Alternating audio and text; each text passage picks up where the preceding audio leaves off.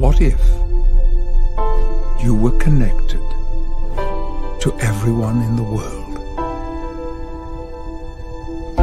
How would your life change?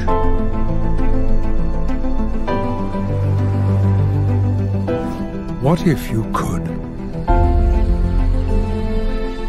see the patterns,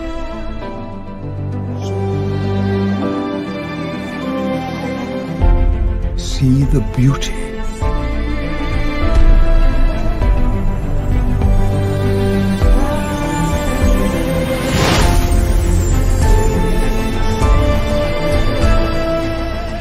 new ideas in science,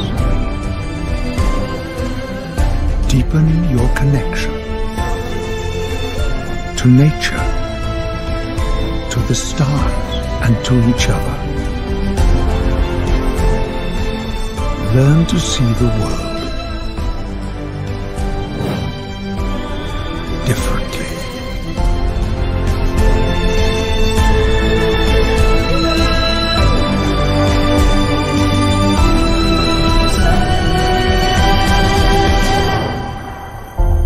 The Connected Universe.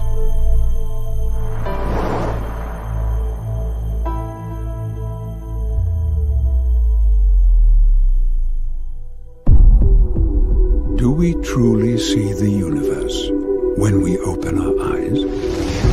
Do we see the vast potential that's inside of us? First came fire, then came steel. And it wasn't long before we started asking some big questions. Who am I? Why am I here? Some of the greatest minds in our history, Pythagoras, Socrates, Plato, Rumi, Leonardo da Vinci, Michael Faraday, Max Planck, Nikola Tesla, and Albert Einstein all started to explore the big questions of life and our universe.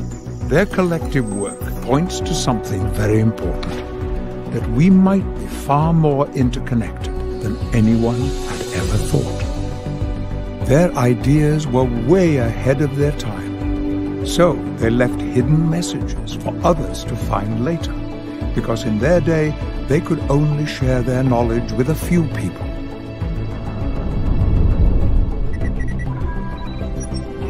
We live in an age where we can communicate to every point on the globe. We are all connected. But it's more than just a feeling. It's also a mathematical equation.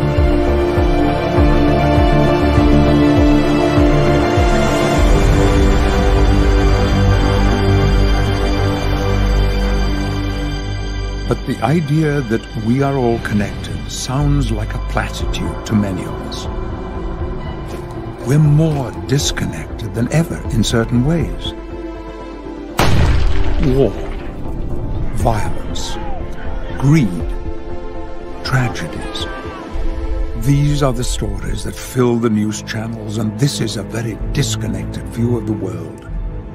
Us against them, you against me, danger and disaster lurking around every corner. But are we complicit in it? Because this is what so many people seem compelled to watch, drawn to the worst aspects of humanity. And then there's the ever-increasing pace. Why do we race through life so quickly, taking in disconnected message fragments with no voice, heart, or context?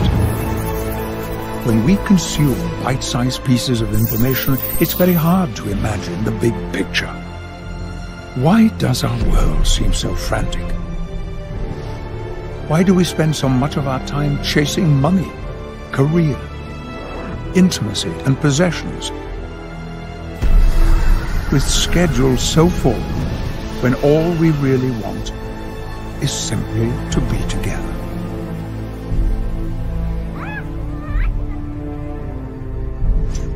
For all of our progress, we've lost connection to the one thing that really matters.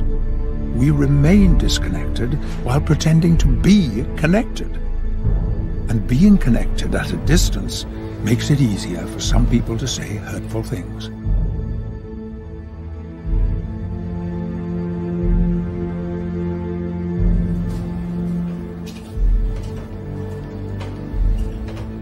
We have trouble staying connected to the ones we love, let alone the rest of humanity.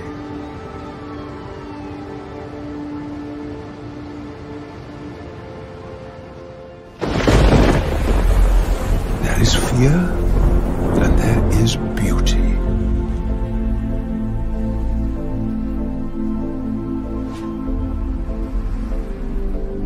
Which world do we want? How we connect with the world changes our experience of the world. There is hidden mathematics that underlies all of creation. Nassim Haramein believes the world is profoundly connected. Our universe is filled with mystery. Our planets, stars, and galaxies account for only 4.9% of the matter of the universe. So what makes up the rest of the universe? Is it dark matter? Is it dark energy? There is a large amount of unexplained energy in our universe. In 1992, the NASA Cosmic Background Explorer detected fluctuations in the background energy of the universe. To explore this mystery, we need to remember the words of Nikola Tesla. If you want to understand the universe, think in terms of energy, frequency, and vibration. There is a flow of the energy of the universe around you and a flow of the energy of the universe inside of you.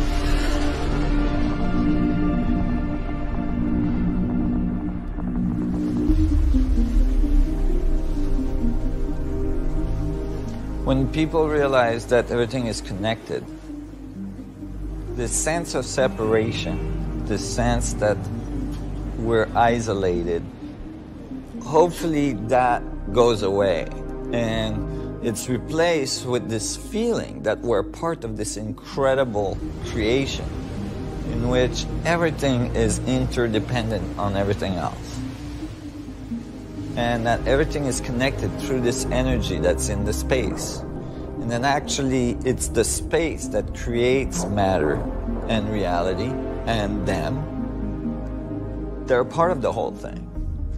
And so that they can see the incredible potential that they have, the incredible miracle that it is that they're alive and that they're able to experience this interconnectivity with everything. It's a feeling of resonance and a feeling of connection with everything in the natural world. And maybe, just maybe, as a result of understanding this at a deeper level, they will start to understand themselves at a deeper level. And understand the functioning of the universe at a deeper level. And that it will give hope to people.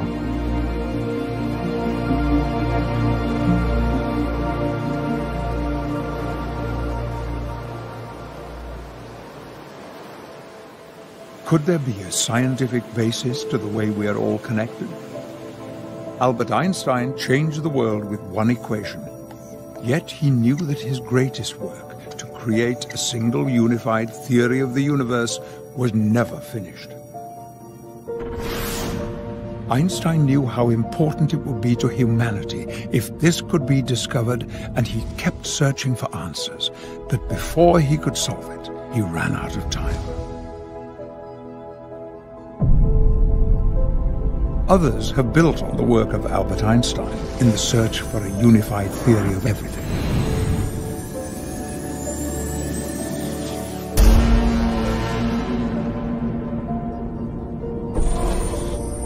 Some people have a knowingness of this connection between the macro and the micro. In the past, we've created mythology around it. But what if we could understand it through the lens of science? Nassim Haramein has been exploring how everything is contained in everything else. The exploration of the universe through mathematics and physics has been complex. Yet from this complexity emerges simplicity. What if there is a way of proving that everything is connected and one at the same time?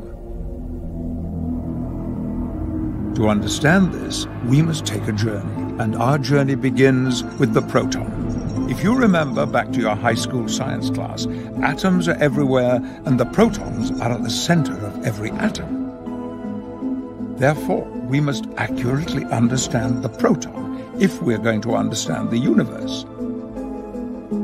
New measurements of the proton suggest we must change our existing way of thinking. Nassim Haramein was the first person to have accurately predicted the new measurement of the charge radius of the proton.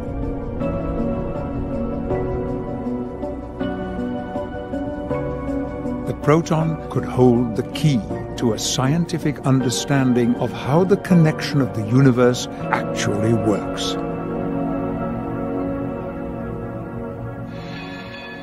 1905. Einstein demonstrated through an example of a person traveling on a train the theory of relativity. He unified the separate camps of energy and mass with his famous formula. But later, a great divide in physics occurred when Niels Bohr and a group of physicists split off to explore quantum mechanics. They saw two worlds, a quantum world that describes the probabilities and the uncertainties of the very small, and the separate mathematics for the larger universe. Creating this division led to a very disconnected way of thinking.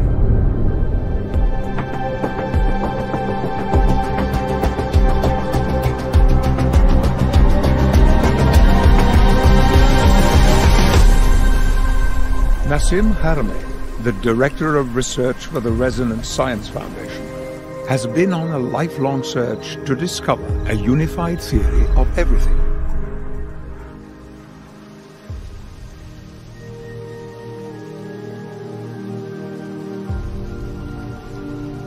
My passion for learning never subsided. As soon as I left school, I got more passionate than ever about understanding the universe, studying physics and mathematics and so on, to try to describe it better and eventually to write a unified view of physics.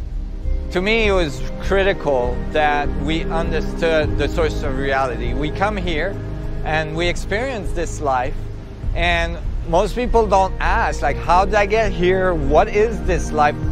How am I moving billions and trillions of atoms around? I was exploring all this for my own personal satisfaction. It really wasn't to get a master's degrees or a PhD in some institution. I knew that if I went to the institution, I felt I was going to be restricted. I knew I was going to be given very specific concept that I would have to go with. I didn't want that. I wanted to be completely free to think what I wanted to think as I explored. It led me down a very specific road.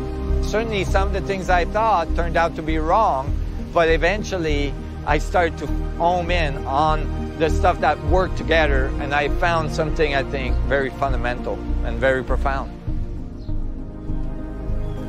To understand how everything is unified, Nassim had to study nature. He had to look at patterns. He looked at the macro and the micro. He started asking questions about some of the fundamental principles science has taken for granted, and started to wonder if, somewhere, we went off on the wrong track.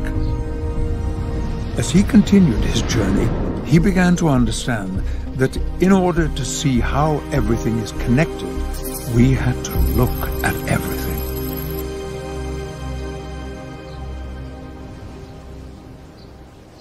Everything we experience as reality is actually made up of 99.99999% space. The little part that's not space, or the little part we define as something, the material world, is actually just a little oscillation, a little electromagnetic boundary that we are bumping against, and we call that our reality. We call that a stone, an atom, we call that the water, the sand, or a star, a galaxy. And so maybe instead of looking at matter, defining the space, I start to think maybe it's space that defines matter. It is fascinating to realize that if you remove the empty space in every atom of every human being on the planet and compress it all together, all of humanity would fit into the size of a sugar cube. Granted, it would have the density of a neutron star and weigh approximately 478 million tons, but this helps us to visualize the importance of understanding that every one of us are made of mostly empty space. But as it turns out, that space is not empty. It was found that space-time at the quantum level is fluctuating with intense energy level, full of dynamic energy components. We are not only talking about the space outside of our planet, we are talking about the space inside each and every atom of your body. Every single human on this planet has this in common. Regardless of race, color, or religion, we are all individual beings, yet this dynamic energy of the universe is constantly flowing through all of the space inside each one of our atoms, connecting us all. This helps us understand the profound quote of the Sufi poet Rumi, who said, "You are not a drop of water in the ocean. You are the entire ocean in a drop." You can literally feel the force of the universe inside you and flowing through you, connecting you to everything, because you are a part of everything through this dynamic energy. The great theoretical physicist John Archibald Wheeler, a colleague of Einstein, said, "No point is more central than this, that empty space is not empty. It is the seat of the most violent physics." The theoretical physicist David Bohm explained, "Space is not empty. The universe is not separate from this cosmic sea of energy." And Albert Einstein said, "Physical objects are not in space, but these objects are spatially extended as fields. In this way, the concept of empty space loses its meaning." This underlying background energy that exists everywhere in space is described in physics as the vacuum. What if there was a way to connect to this vacuum energy rather than depleting our natural resources?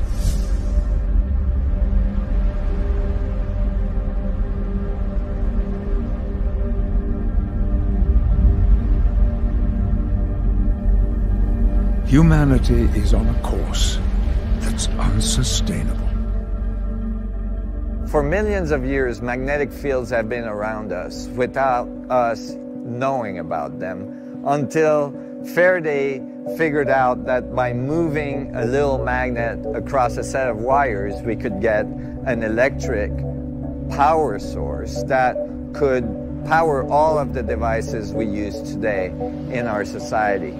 Now we are discovering there is another invisible field at the source of the material world that is all around us and in large quantities.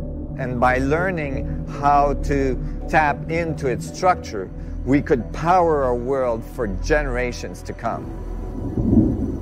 Scientists from around the world are looking for a solution to tap the vacuum energy that is all around us. And it is important that they succeed. Current wars and potential conflicts of the future will be fought over resources like oil and water. Abundant energy will help create stability in the world. and reduce the threats of the perceived energy supply disruptions that cause countries to go to war. War has been a big part of humanity's past.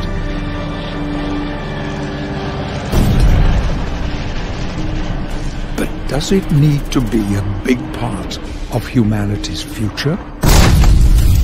War has brought untold sorrow and suffering to mankind, and it is perhaps the strongest example of what can happen when we become so disconnected.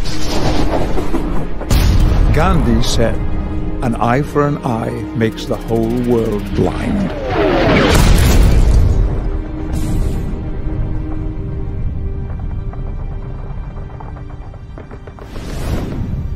With our modern capacity to wage war, there can be no victors. Gene Roddenberry, the creator of Star Trek, once said, "The strength of a civilization is not measured by its ability to fight wars, but rather by its ability to prevent them." Learning how to harness this vacuum energy all around us could have profound implications, but it will require a paradigm shift. Some of the greatest advances in science have come from people with the courage to pursue ideas that challenge the accepted wisdom of the time. It was common for these new ideas to meet with rejection at first. Galileo was imprisoned. People resisted Faraday because he had limited formal education. And do you know what happened when Einstein published his great works in 1905? Nothing happened. People didn't connect to his ideas. The only person who really saw what Einstein had done was Max Planck, who would become the father of quantum theory. Pursuing an independent path outside the academic world has been extremely difficult. It has been painful in many circumstances. The feeling of continuously being rejected, of not being understood, the constant interaction of fighting preconceived ideas has been a long road. However, it has forced me to be more accurate, to continue digging deeper, and to be extremely careful about my calculations and how I bring them into the world. So it has served a certain purpose.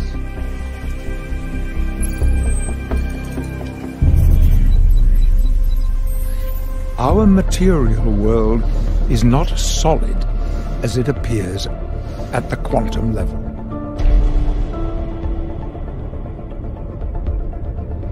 As Tesla put forth nearly a century ago, we need to think of the universe as energy, frequency, and vibration, not as solid physical forms. We're not dealing with little billiard balls. We're dealing with waveforms, oscillations in the vacuum.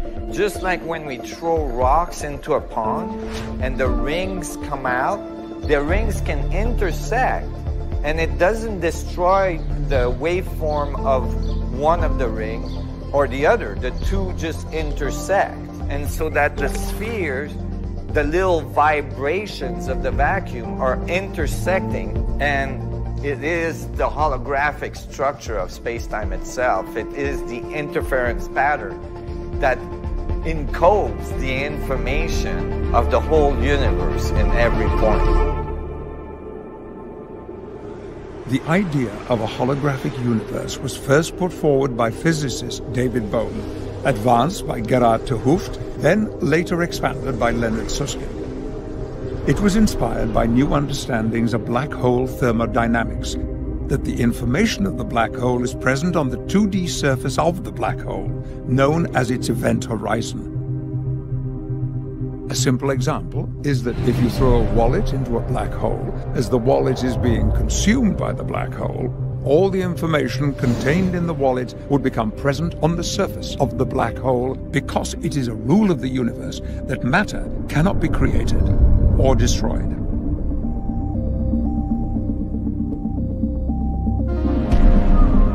Holograms are created using lasers to capture and encode the information of an object in the form of an interference pattern. The light reflected from the object is combined with that of a reference beam to create an interference pattern which can be retained on a photosensitive surface, creating a complete image that can be viewed in its entirety from all angles. The information of the whole is present at every point. When the hologram is cut in half, the complete image is present on both pieces. When it is cut again and again, every piece still contains the representation of the whole image.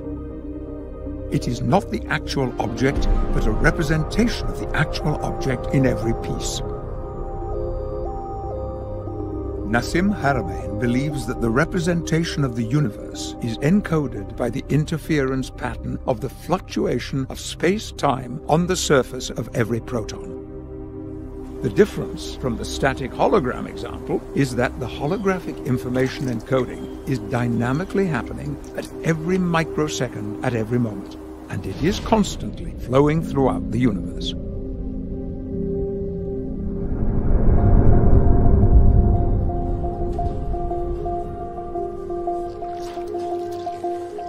We often hear the sentence or the concept, everything is connected, it's all one. We hear that from even masters in ancient civilization or modern thinkers, philosophers, spiritual people. And it's a great concept. For many people, it resonates as something true. But how is that true? Some of the work I've been doing starts to open the door to understanding the dynamics and the mechanics on how everything is connected, so that it's no longer just a dogma or an idea, but it's actually based on the physics of reality.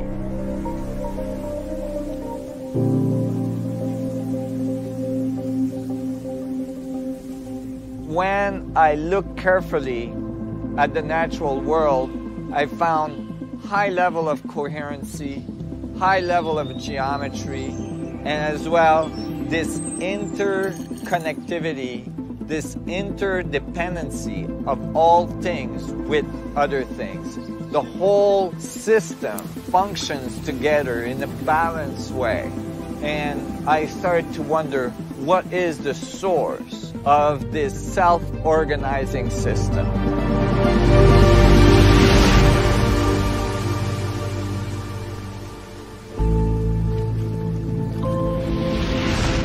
What do you see? It depends on how you look. You could scan around an object and study it. Then you could look more closely using a microscope to isolate each part. In this instance, you would see millions of fibers and could spend a long time studying them. When you look too closely, you only see part of the picture. It is when you pull back that you see the part each fiber plays and how it is related to the others, and then the bigger pattern emerges. Imagine the new understandings we will gain if we could all learn to think differently and to look at our world through a big picture, connected perspective.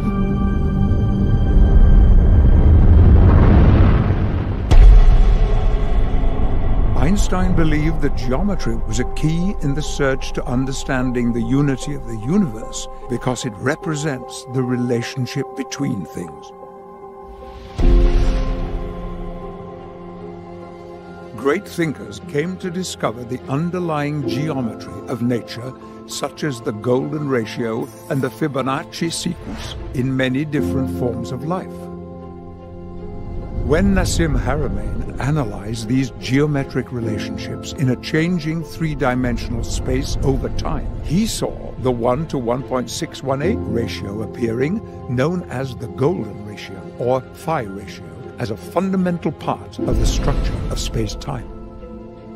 Leonardo da Vinci encoded this in his famous work, The Vitruvian Man, showing that the phi ratio exists in different proportions throughout our bodies, and it's not just in humans. It is in animals, in plants, and in art. Geometric symmetry even affects our perception of beauty.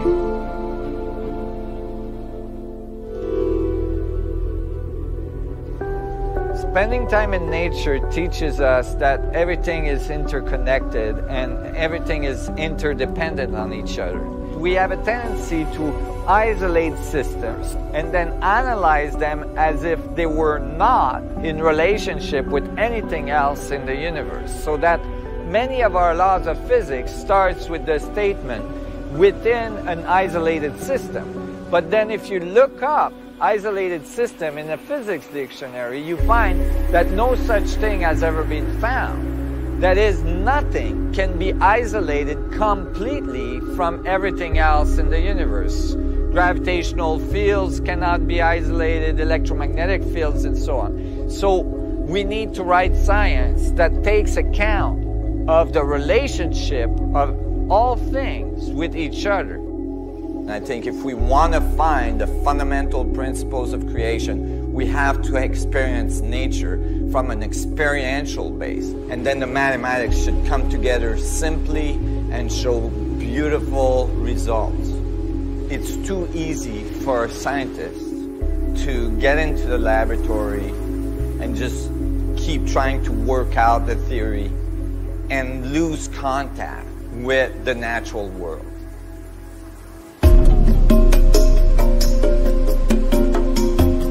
When I'm out there surfing, I'm actually constantly being connected to these fundamental patterns of nature. The particles going up and down in the wave, the energy wave pushing me through the ocean, getting inside a barrel, the big vortex, and the dynamics of the vortex.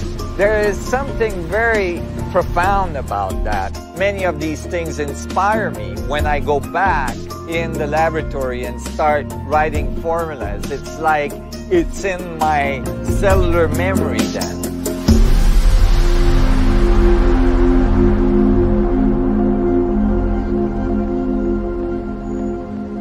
For many of us in cities, nature is but a faint memory.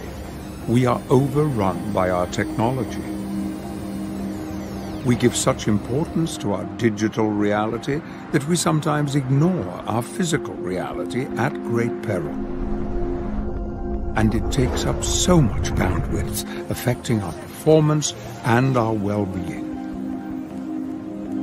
We've let the noise of technology drown out our inner voice, which Nassim believes is the source of inspiration. We need to occasionally disconnect in order to reconnect.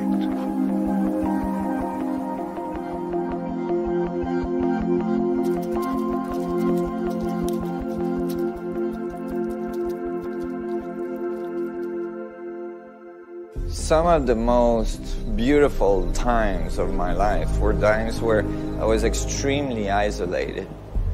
So at that time, I was coming up to Whistler, Canada.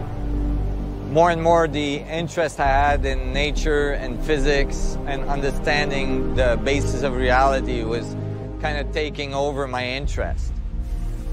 So I moved into a van to continue my research. I knew that if I could tough it out, minimize my expenses, I could get enough resources so that I could continue to work full-time, doing research, trying to find some clues as to how I could unify the forces of physics.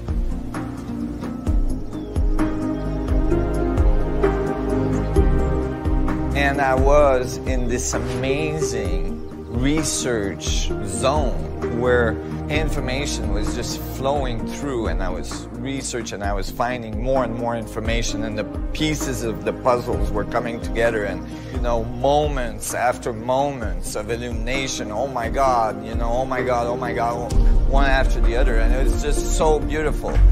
It was the most transformative experiences of my life. And most of the physics I wrote here. Of course, it took me some 25 years to flush out the math for it, but I knew I was onto something very early on. I was learning advanced physics, and I was coming to very specific conclusions, and then I was decoding ancient texts and ancient traditions that were completely confirming what I was coming up with in advanced physics and how the world comes to be and how the material structure exists. And many of these civilizations where these ancient symbols were present had numerous, thousands of different, very strange anomalies. Some of the things that are found around the world are not even reproducible with all the technology we have today. I felt that in these symbols, in these secret geometries, that these pointed to very fundamental understanding of the structure of space, of how matter is created, and how gravitational field can be controlled. It was my intent that the theoretical studies I was making would eventually lead to advanced technologies that would allow us to control gravitational field and electromagnetic field in such a way that it could transform our civilization. Many in the Western world misunderstood the teachings of the Mayan culture and thought December 21st, 2012 was going to be the end of the world. However, the Mayan elders have said directly December 21st, 2012 wasn't the end of the world. It was just the end of the old cycle. Now we have the chance for a new beginning, a new era of connection, new understanding, and interestingly, on that day, December 21st, the end of the Mayan calendar, Nassim Haramein sent his paper to the Library of Congress, which for the first time ever connected quantum and cosmological physics. And the result of my equation was the exact gravitational mass of the black hole. That is, if I solve Einstein field equation to figure out the mass of a black hole, I would get the exact same result. So all of a sudden, I knew from the beginning of this exploration that I found something profound. If space is what's connecting everything, if space is what everything emerged from and returned to, then space is the great organizer. Space is the thing that connects all things, that gathers the information of all knowledge of every point in space. If we look at all the little fluctuations of the vacuum, the amount of energy inside a proton, in the vacuum fluctuation, the mass of the vacuum inside a little teeny proton in the center of an atom is equivalent to all the other protons' mass in the universe. That is, all the rest of the matter in the universe is represented holographically by the vacuum fluctuation inside one little proton, so that one little proton is connected to all other protons in the universe.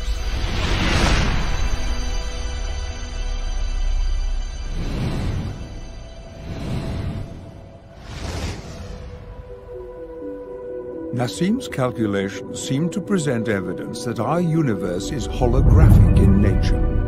Another big question in our effort to understand the nature of things: is the universe random? Think of the amazing biodiversity of our planet, of all the living things. We live in a wondrous world. Think of the complexity of a chimpanzee. Consider a jellyfish, or a blade of grass, or something less complex, something not alive, a simple Rubik's Cube. 3 rows, 3 columns, 3 deep, with 6 colors. What is the mathematical probability of solving that by random chance? 13.8 billion years is the current estimate of the age of the universe. If you could send a blind person back in time with a scrambled Rubik's Cube, and they could make one move every second, how long do you think it would take them to solve it? In the 13.8 billion years of the existence of our universe, you would have less than a 1% chance of solving it. So how much longer would it take to ensure that you would solve it? There are 43 quintillion possible states for the Rubik's Cube. To move through every possible state without ever repeating the same one, it would take 1.4 trillion years. And you would have possibly solved it at some point. But it could have taken billions and billions of years longer than the existence of our universe to solve a simple Rubik's Cube by random chance.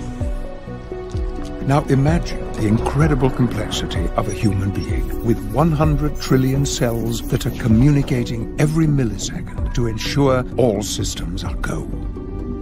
Imagine all the moving parts, all the possibilities. How long would it take to organize that? Because we are so vastly more complex than a Rubik's Cube. Yet humanity exists. So how can this be possible?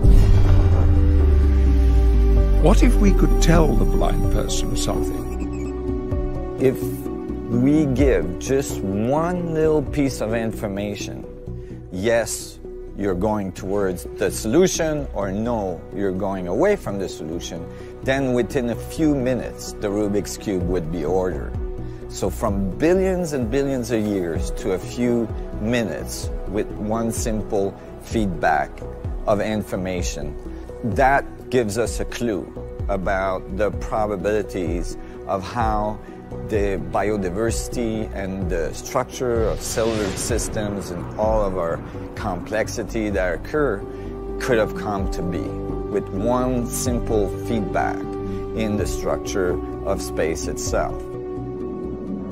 Our universe cannot be purely random. There must be a feedback mechanism in the flow of the universe. Further evidence that this must be happening can be seen in fractal mathematics. For thousands of years, traditional mathematics mostly described man-made objects and motion. It could describe a pyramid or a column, but for living objects like a flower or a tree, you need fractal mathematics. Fractal mathematics are the underlying patterns that build the natural world. The great mathematician Benoit Mandelbrot created computer programs that use fractal mathematics to render complex forms.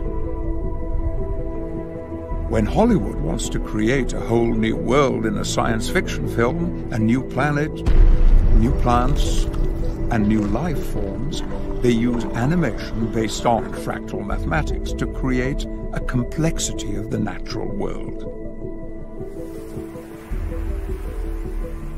To describe nature using math, you also need a feedback loop called iterations.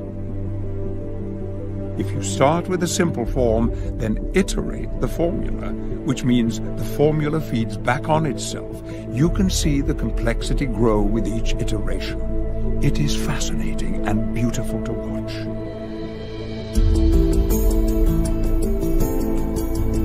When you make tiny adjustments to the formula or to the base form, you can create vastly different results. The possibilities seem virtually limitless. Witnessing this incredible variety and complexity helps to understand the vital role that the feedback mechanism plays in our universe. What is consciousness? What is the experience of being self-aware? In order for such thing to occur, there must be a feedback of information. For instance, you looking at yourself in the mirror, knowing it's you. What if consciousness is actually a function of how space feedbacks on itself, which would be a dynamic that could generate self-awareness? Us feeding information to the structure of space-time, and space-time feeding information back in terms of our experience every day.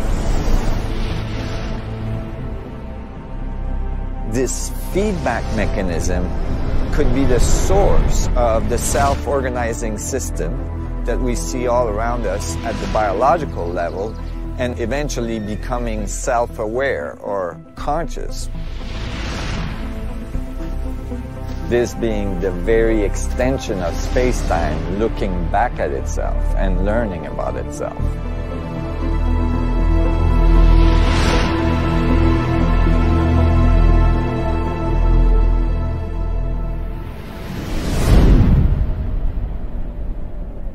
Starting out in the world, when we first gain consciousness, we learn to take in information from all around us, from parents, from books, and now from technology. We are living in a time of information overload, and we are being bombarded by messages from everywhere. We have almost infinite choices of what messages we consume. It matters a great deal what you focus on. We know the universe has a feedback loop, and our brains have a feedback loop as well. Our thoughts are not only imprinted on the universe, they also deeply affect how we experience the world. The gift of being conscious is the ability to feel the wonderful moments of life. And it also means that we feel the painful moments. As you get older, you realize that good times don't last forever, and neither do the bad times. Because our brains have a remarkable ability to adapt. We can learn to shift our focus, to change our experience by changing what we put into our feedback loop. Gratitude and positive thoughts can build on each other, creating an upward spiral by connecting to your friends and to nature.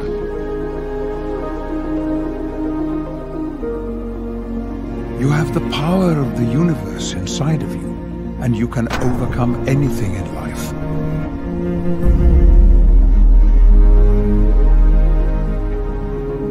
Remember the age-old words, this too shall pass.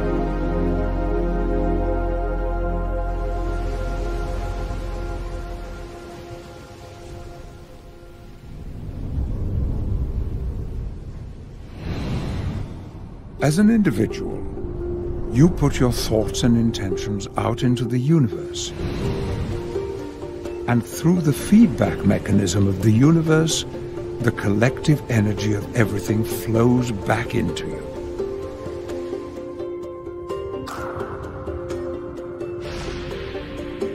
You are in a constant cosmic dance with the universe.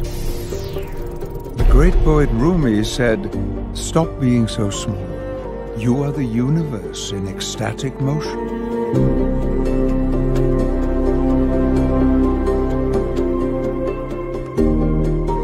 As individuals, we are powerful, but we have even greater power when we dance together, when we collectively focus our energy, when we share and focus the flow. The flow of energy is real and we can feel it. Some people have learned to connect in their inner journey through yoga and through meditation. Some people's only experience of this is cheering at a major sporting event with tens of thousands of other fans, cheering for a common goal, which is enjoyable, but it is capable of being so much more.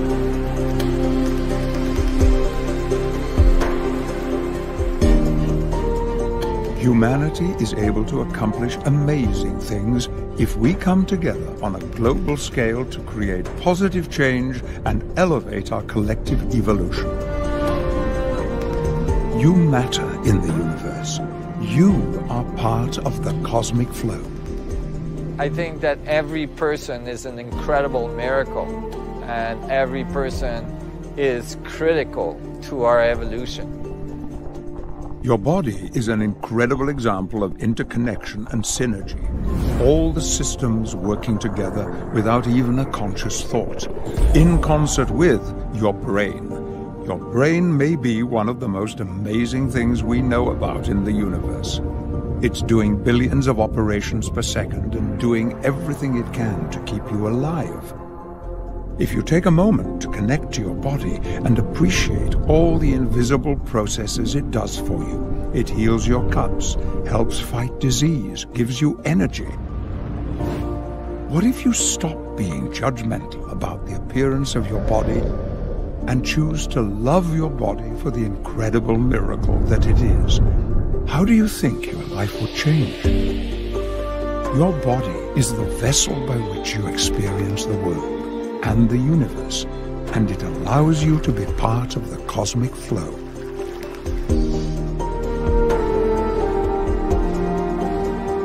If people understood the miracle that they are, they would never be down on themselves. They would never feel like they are, less of. They would realize that they are part of an incredible will work of nature that they have access to, and that they have power in this universe. They can do things, they can transform things, they can transform themselves, and as a result transform the universe.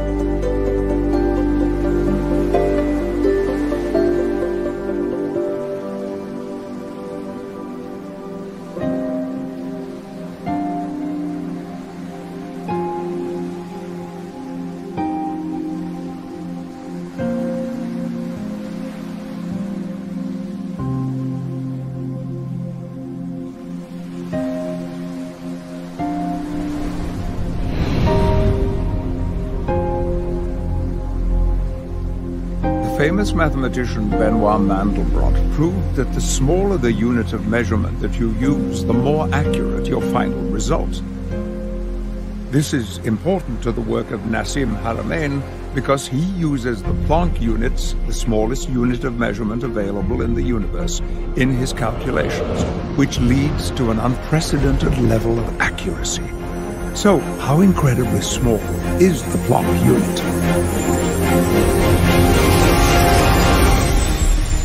In order to give you a conceptual notion of the relationship in size between the Planck and the proton size, if the Planck was a little grain of sand, then the proton would be the size of the distance between the Earth and Alpha Centaurus, an enormous bubble that spans large amount of space, some 4 light years across.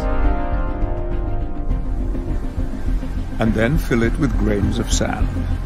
That's how many Planck units are in the proton. Imagine every grain of sand on the Earth would just be the tiniest speck of the number of Planck units on a proton. Not only does this show how small the Planck unit is, but it also shows how many Planck units fit in a proton. Haramein calculated that all the little Planck pixels add up to all the information of all the other protons in the universe, and that the fluctuation of the Planck oscillators creates the information network that the universe uses to get constant feedback.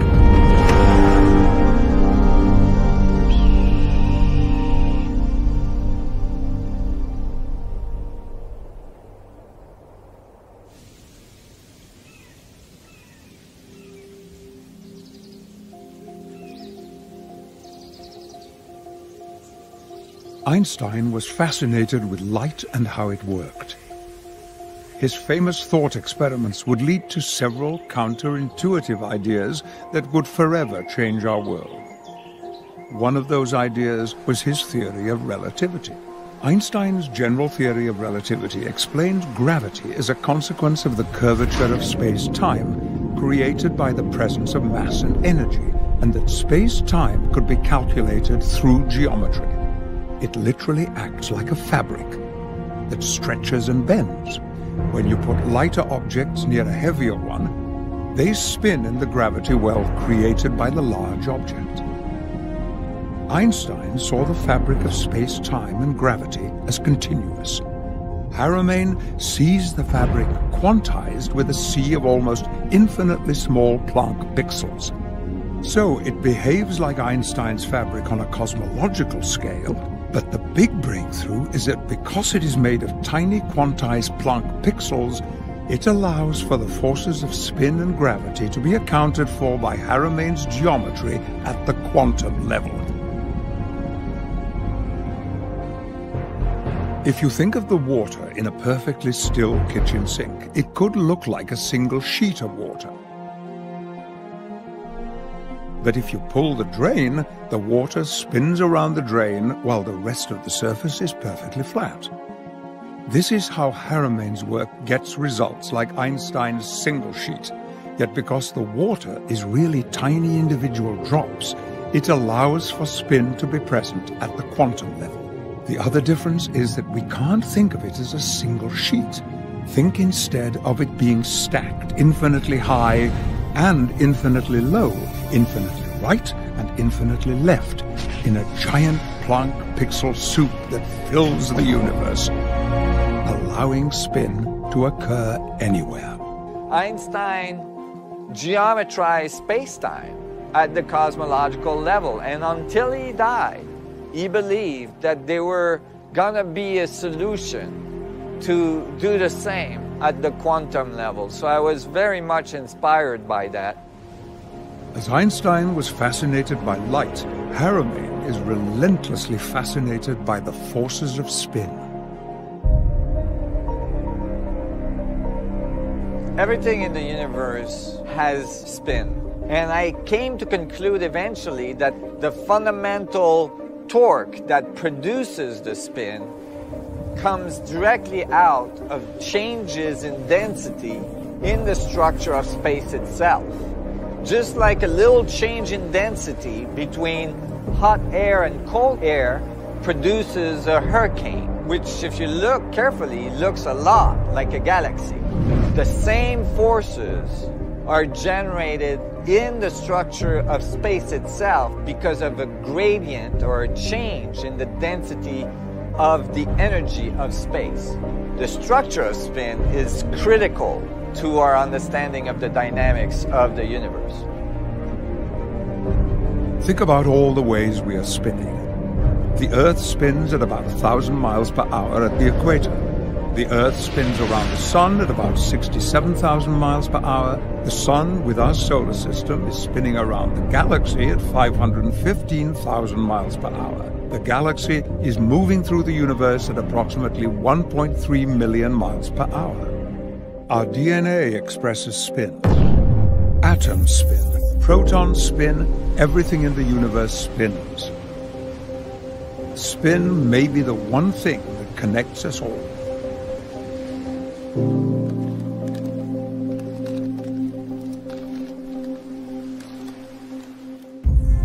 We are living in a universe where everything inside of it spins. Seeing the interconnection of all spinning things made Haramein look at gravity in a different way. Gravity is one of the most mysterious forces in the cosmos, which is why so few quantum models include gravity.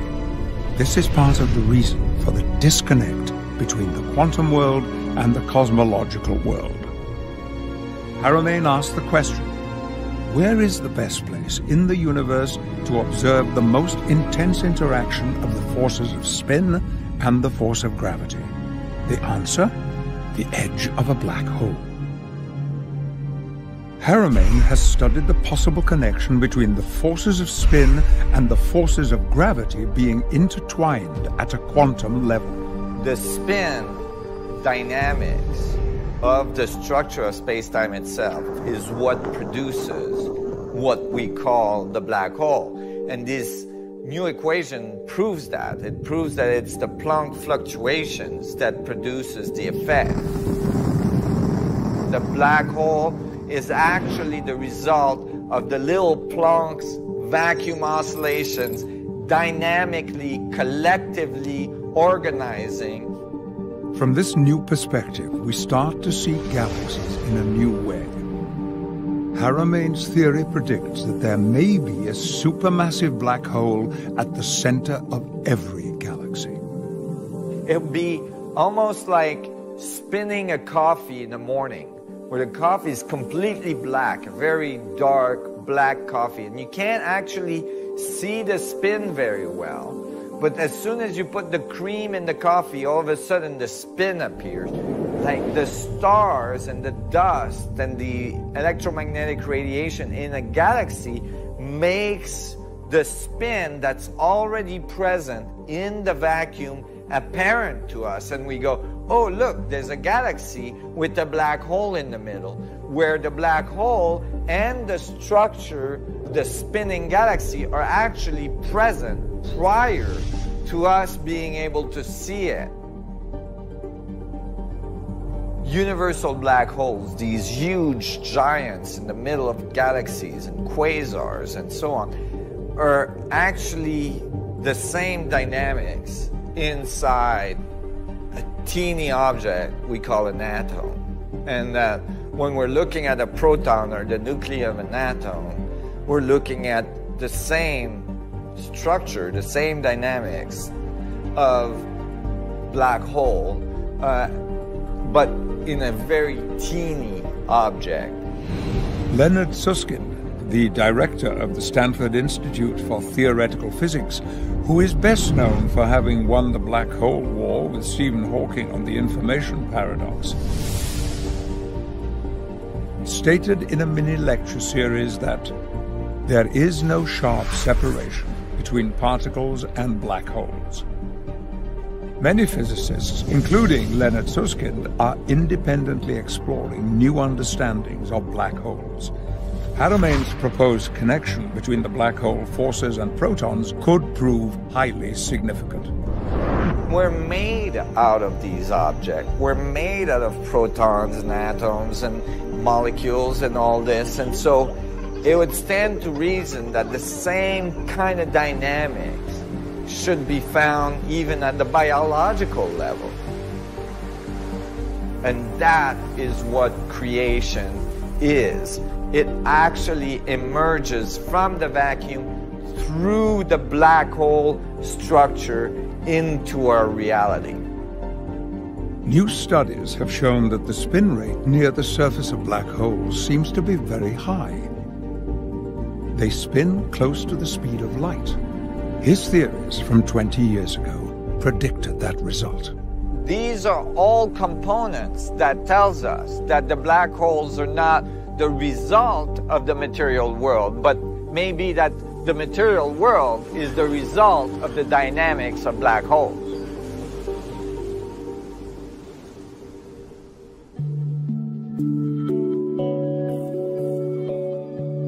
Information and energy flow throughout the universe. For many people, the science of the interconnection of the protons is exciting because it resonates with the feeling of the connection of life. We feel the connection of life very deeply with our loved ones, our families, our pets, with the animals, with the amazing flow of nature and our connection to the natural world.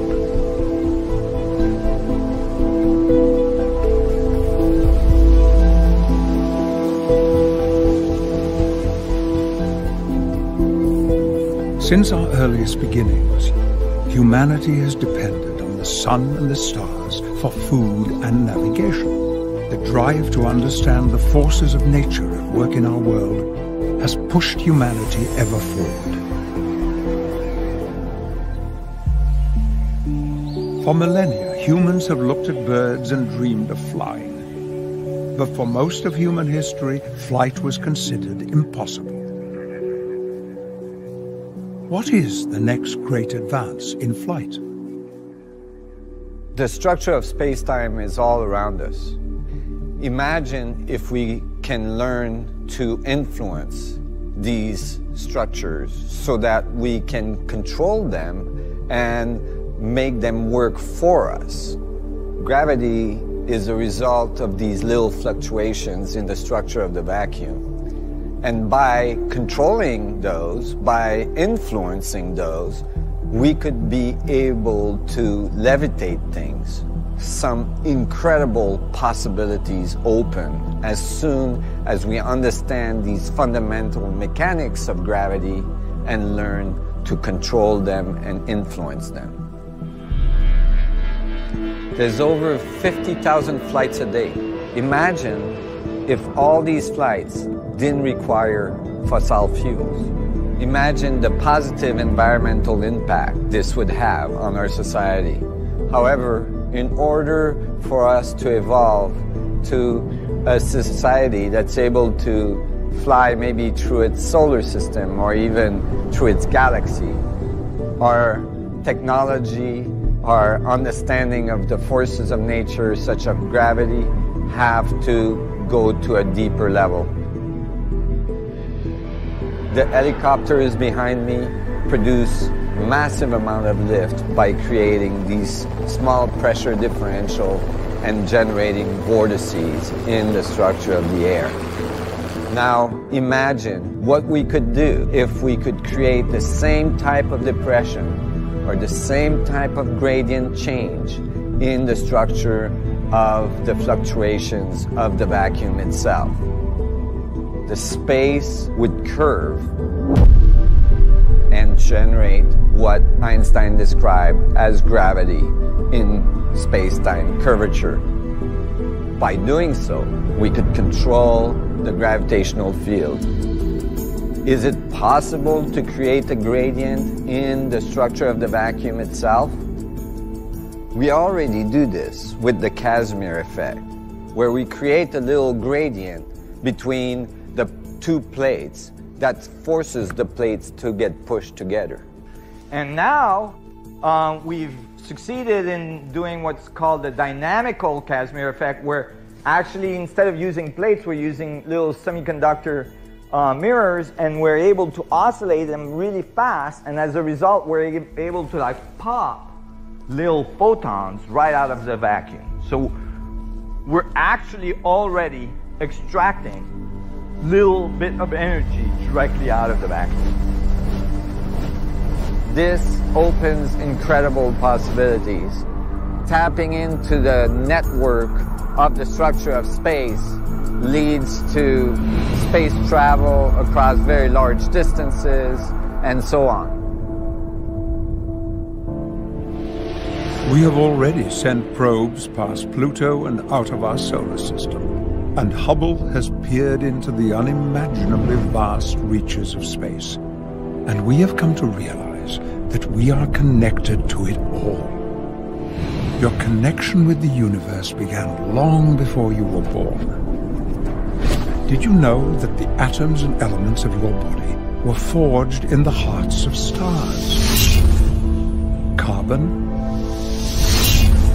nitrogen, iron, and then when that star exploded, they were spread throughout the universe.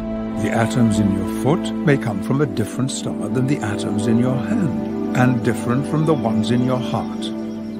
We are connected to the stars in a profound way, literally made of stardust. Individual examples of a living, connected universe. Our mountains have watched humanity rise. Yet what have we risen to? Are we at our best? Are we capable of so much more? Imagine if we open our eyes to new ideas, the heights to which we could rise, and make that journey for ourselves and for all of humanity. Because we are all one. It has been a long road to get to the place where we truly understand the concept, as above, so below, as within, so without. And that the forces of black holes are present in something as small as a proton. This changes the way we see the unity of our world. As the dreams of our future take flight, this becomes an equation for a more connected humanity.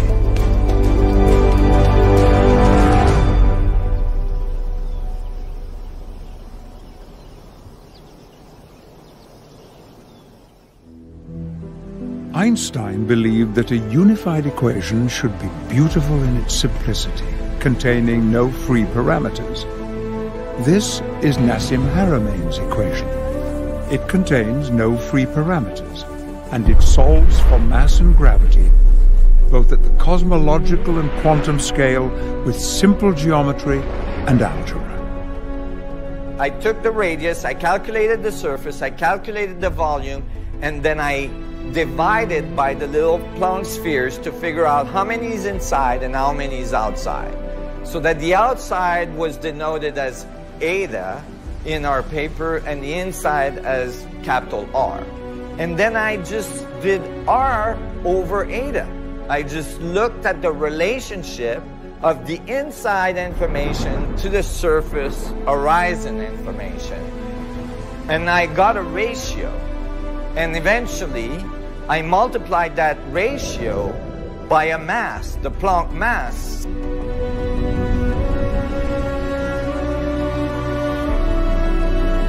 And the result of my equation was the exact gravitational mass of the black hole, just by basically pixelating the inside and the outside of the black hole and looking at their relationship. So all of a sudden, I was getting a solution to gravity, the solution to Einstein field equation, a solution that is based on holography, but not only that, a solution that's based on little Planck pixel, so that it was quantized.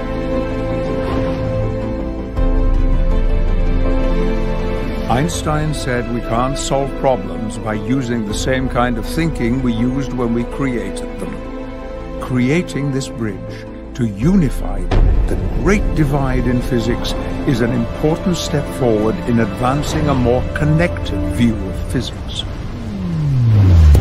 So in the paper that I wrote and I sent to the Library of Congress for copywriting in December 2012, I make this little prediction that the radius of the proton should be exactly this value. And I state in the paper that more precise measurement in the future may confirm this theoretical result. I started to work on getting the paper published and sending it to colleagues around the world. I was getting very good reviews on it from very advanced physicists. And then all of a sudden, a paper was published. On January 25th, 2013, a new muonic measurement of the charge radius of the proton confirmed Haramein's predicted value. The experimental results were not what the quantum world wanted to hear. The measurement came in at 4% smaller than what was expected by the standard model. And so it was very difficult for the scientific community to accept this measurement. Nassim, you're on Yahoo Finance News. What do you think about that? Oh my God. CBS.news. Changing the paradigm as we talk. History in the making. New connected universe theory offers an alternative explanation of gravity and mass, revealing potential new source of energy. That's big. Look, it's in the middle of the day. I mean, the night. Oh, that's fantastic. That's really awesome. Oh my God. It's incredible. The wire went out, and within minutes it was picked up by some of the largest networks and media on the planet. And it's already across the world. India, Germany, Europe is coming online. The East Coast will in the next few hours, I'm sure. I just feel like, okay, we're making a significant difference now. We're really kind of birthing a new paradigm, a new moment in the history of science and the history of understanding of the universe on the planet. Some 30 years I've been visualizing this moment where my work would appear on major news feeds all around the world. I mean, we got a lot of pickup on this news release. Today's the day.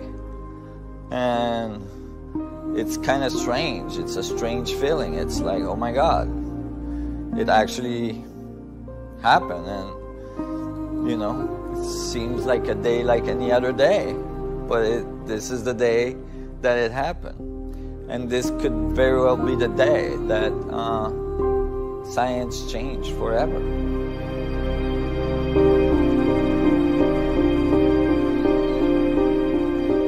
But so far, it hasn't been the day that science changed forever. Looking back through history and physics, this is a pattern that has been repeated time after time after time. Someone comes up with an idea that later will become standard, but at the time, nothing happens. And sometimes there is massive criticism about the idea because it's a different way of thinking. We are only now discovering some of the unpublished works of Sir Isaac Newton. He didn't share all of his work because it went against the religious dogmas of his time. It's a little bit like steering a large ship. The wheel gets turned, but there's no immediate change of direction. In the world of physics, it can take years. After he first published his paper, Haramein was invited to share his knowledge with one of the largest laboratories in the world. However, when the administration found out about it, that invitation was cancelled because they were focused on looking for a solution in a different way. After 30 years of work, believing that this would be his moment, history is again being repeated, that potentially a big leap forward in our understanding is not being recognized. What I'm most afraid of is that the world will misinterpret what I say, misinterpret who I am, and continue on their self-destructive path they are on today. And that this incredible opportunity in our civilization we've had to grow and to evolve to a galactic community will be missed.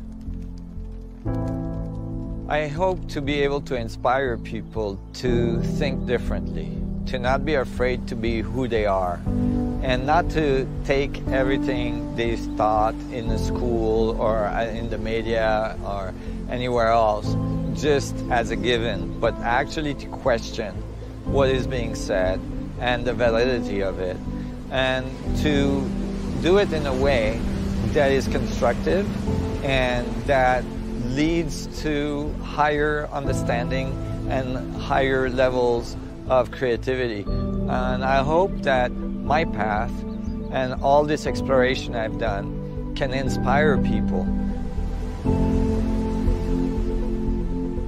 Science doesn't always change overnight. The Greeks theorized about the existence of atoms 2,000 years before we could actually detect one.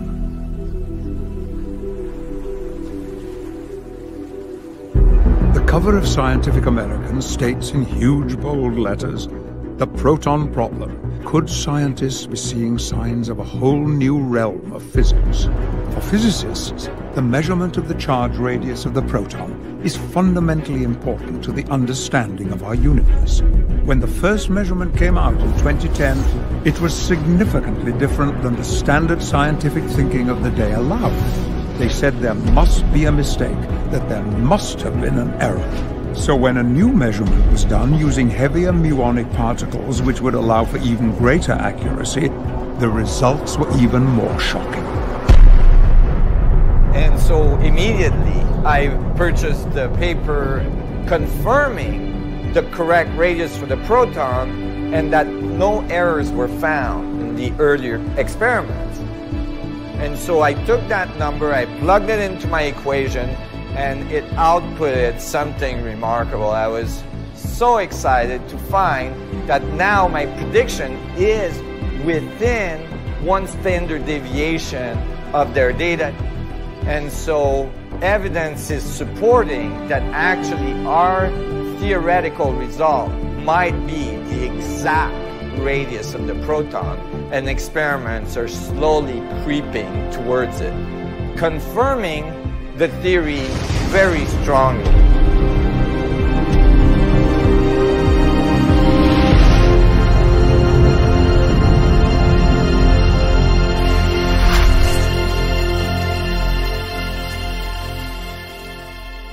Standard thinking says that there are 4 fundamental forces in the universe: gravity, electromagnetism, the strong force, and the weak force.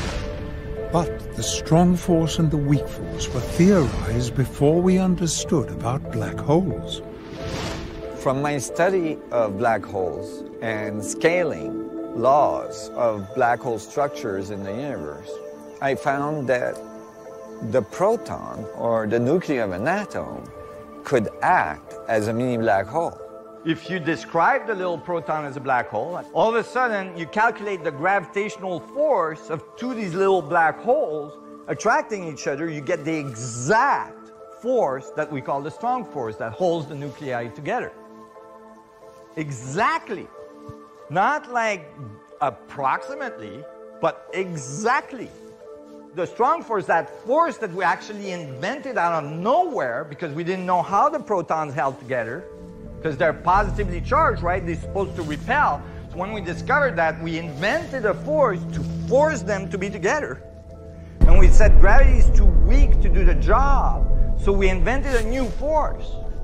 And since then, we can't get gravity and the strong force to like be nice to each other.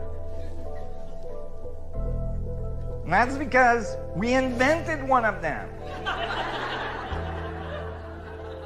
Since then, we've ran like supercomputers night and day, billions of dollars of investment in supercomputing power to try to find an analytical solution to the strong force, to LQCD. 0 solution has been found to this day. So maybe it's wrong, bro. Try that. Because these little protons are spinning very rapidly, when we move them away from each other, this very strong attractive force drops off very rapidly, which is what we call the Yukawa potential. Out of the geometry emerge an exact solution to the force necessary to keep the protons together. And out of that came out the spin of the protons. And from the spin, I'd extrapolated the range of the gravitational force of protons to one another.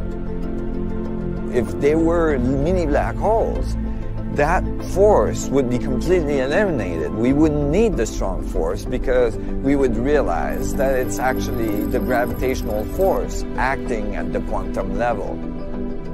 So I am able now to account for the strong force with the gravitational force and eliminate some of the largest complexities in quantum theory and reduce the number of fundamental forces in the universe.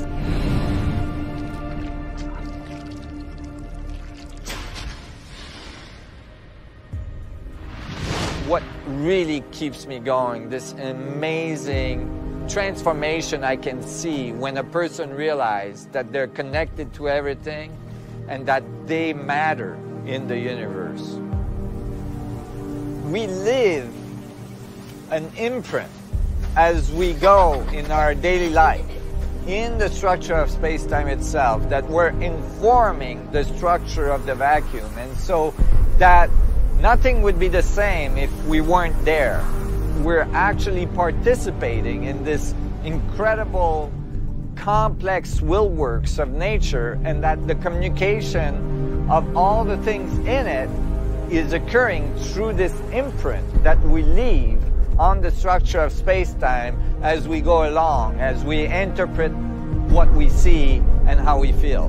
And so we have a responsibility in our interpretation and our feelings and our behaviors in what we are feeding the universe.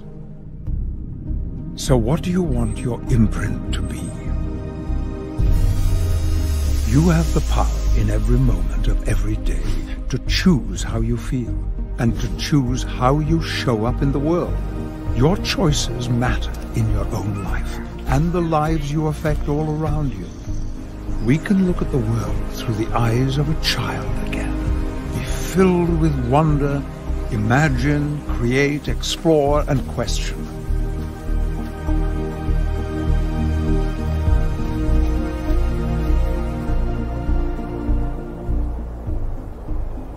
Our heart is how we feel all the things we can't see. And when we integrate the power of imagination with the love and strength of our heart, our world will change, bringing hope for a better future. And this requires action. We already know about the feedback loop of the universe that creates reality. But there is also a powerful global technological feedback loop in the form of the internet. We consume content, but we also contribute content. Status updates, pictures, tweets, blogs, and we like, we react, we comment, and we share. This is a perfect example of a feedback loop. We live in an age where we can help each other solve problems like never before. One person has a problem, solves it, posts it, and we can all benefit from it with a few clicks on the web. Scientists from around the world can collaborate remotely and give each other feedback like never before. We are living in the most technologically connected time in history. So what are we going to do with this opportunity? Technology is a double-edged sword, and it can cut both ways. Many people think technology alone holds the key to creating a better future for humanity. But there is more to it than that. It is the consciousness with which we create and wield that technology that will significantly impact our world. And the choice is ours. We can choose to do more than just use technology to understand the mechanics of the heart. We can choose to listen to our heart, to connect to it, to be inspired by it, to learn to follow it, and to learn to use it to the fullest. Our heart is part of our grand connection to the universe. Together, we have the power to raise consciousness globally. We can make kindness go viral. We can actively contribute to creating a world where we focus on the good. We can renew hope, create solutions, and we can share old wisdom and new ideas. It would be hard to explain to someone 40 years ago the incredible impact of the simple connectivity of the internet and how it changed nearly every aspect of our lives. It is hard for a young person today to imagine how the world used to be, because everything is changing so fast. Can you imagine what the future will be like in 20 years? Where will science take us? What will our technology look like? What will we learn when we stand inside a virtual reality proton and observe and interact with 3D visualizations of real-time experimental data? It's really exciting to see the interest that this new theoretical understanding is bringing. We're collaborating with industry and have now state-of-the-art laboratories to produce technological advancements that are critical for the evolution of our planetary system and our society, including energy production, gravitational control, and all these things. So a lot of incredible things are happening, and we're making great strides in achieving a whole new level of understanding of our universe, ourself in it, and a whole new level of technology to go along with it. It is estimated that human knowledge took 1,500 years to double for the first time. Then by 1900, it doubled every 100 years. By the 1940s, it doubled every 25 years. And in 2013, it is estimated that it doubled every 13 months. And that time span continues to get shorter. But knowledge alone isn't wisdom. Leonardo da Vinci said, learn how to see, realize that everything connects to everything else. From this place of connected understanding, he became very prolific across multiple disciplines, making innovations in science, in anatomy, in biology, in engineering and in art. Da Vinci and the other great masters have shown us that we no longer need to go through life with blinders on and look at things as separate. We can all learn to expand our vision and see the beauty of the connections that are all around us. And we can build bridges connecting our different disciplines and integrate our knowledge from a higher perspective. Those very important moments where you read something or you look at it, a theory that's being propagated by the establishment. You have a choice to accept it as a truth and completely ignore what may be going on inside of you that may be saying something different. Or you might reflect on what you've learned, take what you think may be correct, and maybe see how you could add your view to it to transform it. For the last 30 years, Nassim Haramein has been willing to ask questions and explore new ideas, and this journey has yielded ever further advances. Now, his work with Dr. Amir Baker has led to being able to extend his holographic mass solution to accurately predict the mass of the electron, the hydrogen Bohr atom, and all the elements of the periodic table that make up our physical reality with an unprecedented level of accuracy, 1 order of magnitude more precise than the standard approach is able to predict. All of these innovations are yet another step closer in helping us to usher in a new era of unified physics. We live in a time of great possibilities. We're all in this world together, and we are stronger together than we are apart. We have the opportunity to unify, to imagine the change we want to see in the world, to advance our collective evolution and advance our approach to science. We can imagine the world from a connected perspective to see ways to create new ideas in science, health, business, and in living more connected lives. Many people around the world are experiencing a feeling and a knowing that something incredible is happening, that there is a great shift in consciousness taking place, and that people are awakening to the idea that the disconnected worldview can transition to a more connected way of being.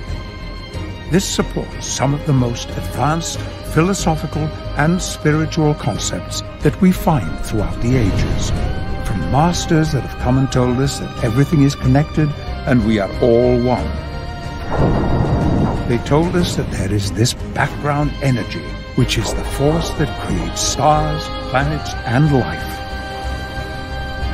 Science is showing us that there are infinite possibilities to explore in the vastness of the universe. And you have almost infinite possibilities to explore within yourself. We can create a new future for ourselves, and we can co-create together a positive future for humanity when we explore our connected universe.